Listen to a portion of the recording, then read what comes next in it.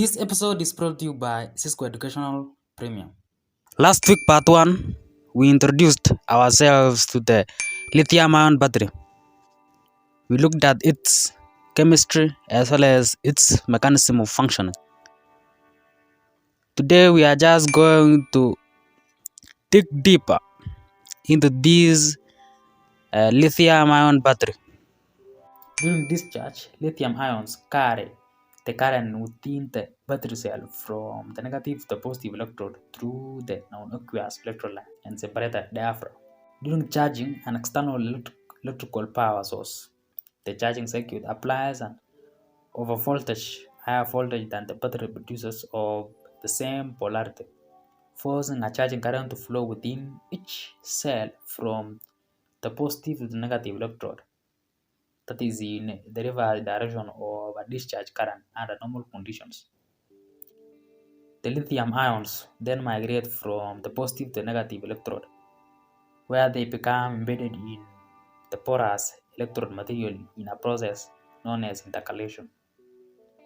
Energy loss arising from electrical contact resistance at interfaces between electrode layers at contacts with current collectors can be as high as 20% of the entire energy flow of batteries under typical operating conditions.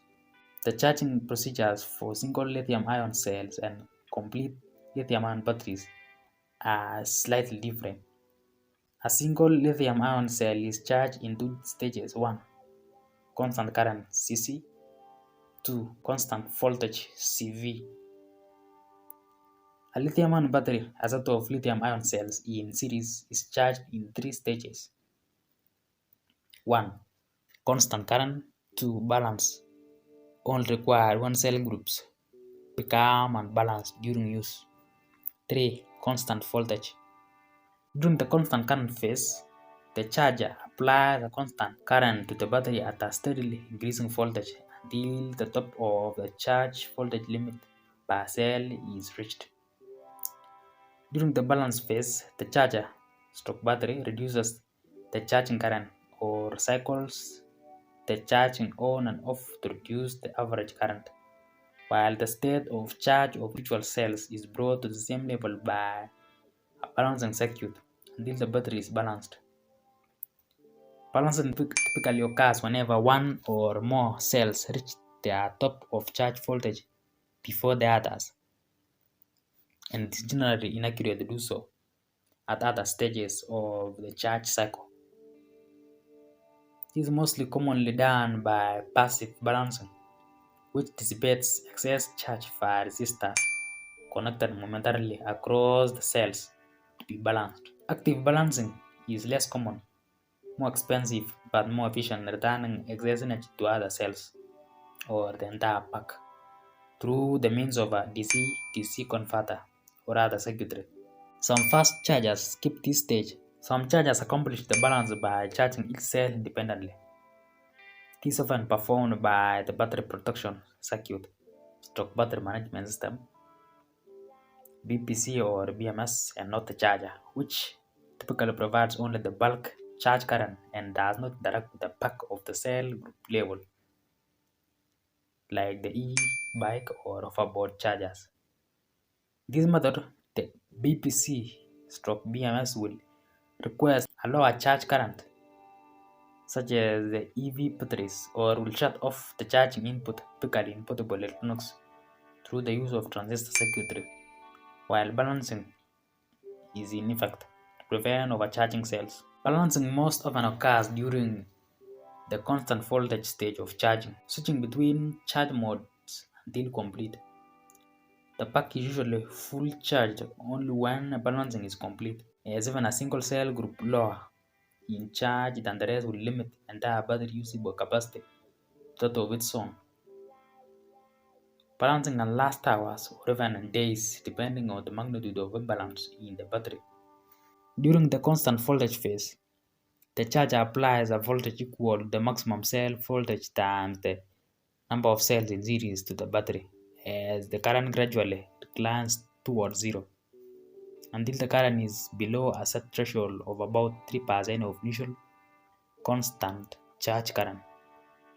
Periodic topping charge about once per 500 hours Top charging is recommended to be initiated when voltage goes below 4.05 volts per cell. Failure to follow the current and voltage limitations can result in an explosion.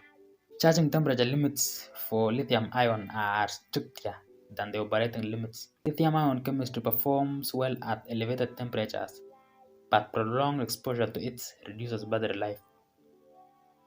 Lithium-ion batteries offer good charging performance at cooler temperatures and may allow fast charging, and I quote, within a temperature range of 5 to 45 degrees centigrade, 41 to 113 degrees Fahrenheit.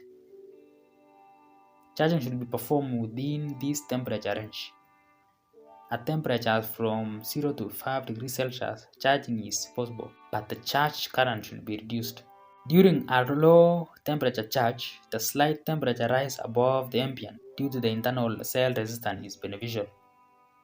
High temperatures during charging may lead to battery degradation, and charging at temperatures above 45 degrees centigrade will degrade battery performance.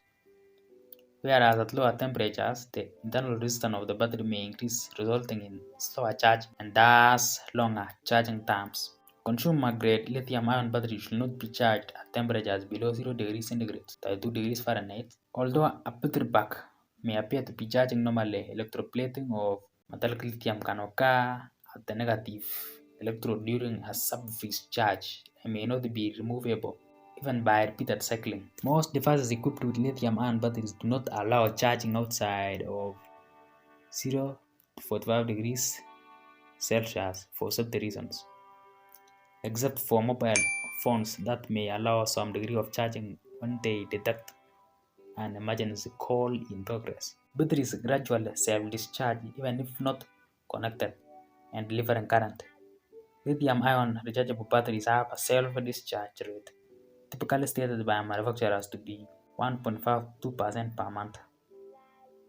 The rate increases with temperature and state of the charge. A 2004 study found that for most cycling conditions, self-discharge was primarily time-dependent. However, after several months of turn on open circuit or float charge, a state of charge-dependent losses became significant. The self-discharge rate did not increase monotonically with state of charge, but dropped somewhat at intermediate states of charge. Self-discharge rates may increase as batteries age. In 1999, self-discharge per month was measured at 8% at 21 degrees Celsius, 15% at 40 degrees Celsius, 31% at 60 degrees Celsius. By 2007, monthly self-discharge rate was estimated at 2% to 3% and 2 to 3% by 2016. By comparison, the self-discharge rate for NIMH batteries dropped as of 2017 from up to 30% per month for previously common cells to about 0.08 to 0.33% per month for low self-discharge NIMH batteries and is about 10% per month in NICD batteries. Cathode materials are generally constructed from lithium cobalt oxide or lithium manganese oxide. The cobalt-based material develops a pseudo-tetrahedral structure that allows for two-dimensional lithium-ion division. The cobalt-based cathodes are ideal due to their high theoretical specific capacity, high volumetric capacity, low self-discharge, high discharge voltage, and good cycling performance. Limitations include the high cost of the material and low thermal stability. The manganese-based materials adopt a cubic crystal lattice system, which allows for three-dimensional lithium-ion diffusion. Manganese cathodes are attractive because manganese is cheaper and because it could theoretically be used to make a more efficient, longer-lasting battery if its limitation could be overcome. Limitations include the tendency for manganese to dissolve into the electrolyte during cycling, leading to poor cycling stability for the cathode. Cobalt-based cathodes are the most common. However, other materials are being researched with the goal of lowering costs and improving cell life. As of 2017, LiPo4 is a candidate for large-scale production of lithium-ion batteries such as electric vehicle applications due to its low cost, excellent safety, and high cycle durability. For example, Sony Lithium batteries have retained 74% of their capacity after 8,000 cycles with 100% discharge. A carbon conductive agent is required to overcome its low electrical conductivity. It's worth mentioning so-called lithium-rich electrodes that can be produced from traditional NCM layered cathode materials upon cycling them to voltages stock charges higher than those corresponding with the Li-M is equivalent to 1, and at such conditions, a new semi-reversible redox transition at higher voltage with Ca 0.4 to 0.8 electrons stroke metal side charge appears. This transition involves non-binding electron orbitals centered mostly on O atoms. Despite significant initial interest, this phenomenon did not result in marketable products because of a fast structural degradation, O2 evolution, and lattice rearrangement, such as, and I quote, lithium-rich phases.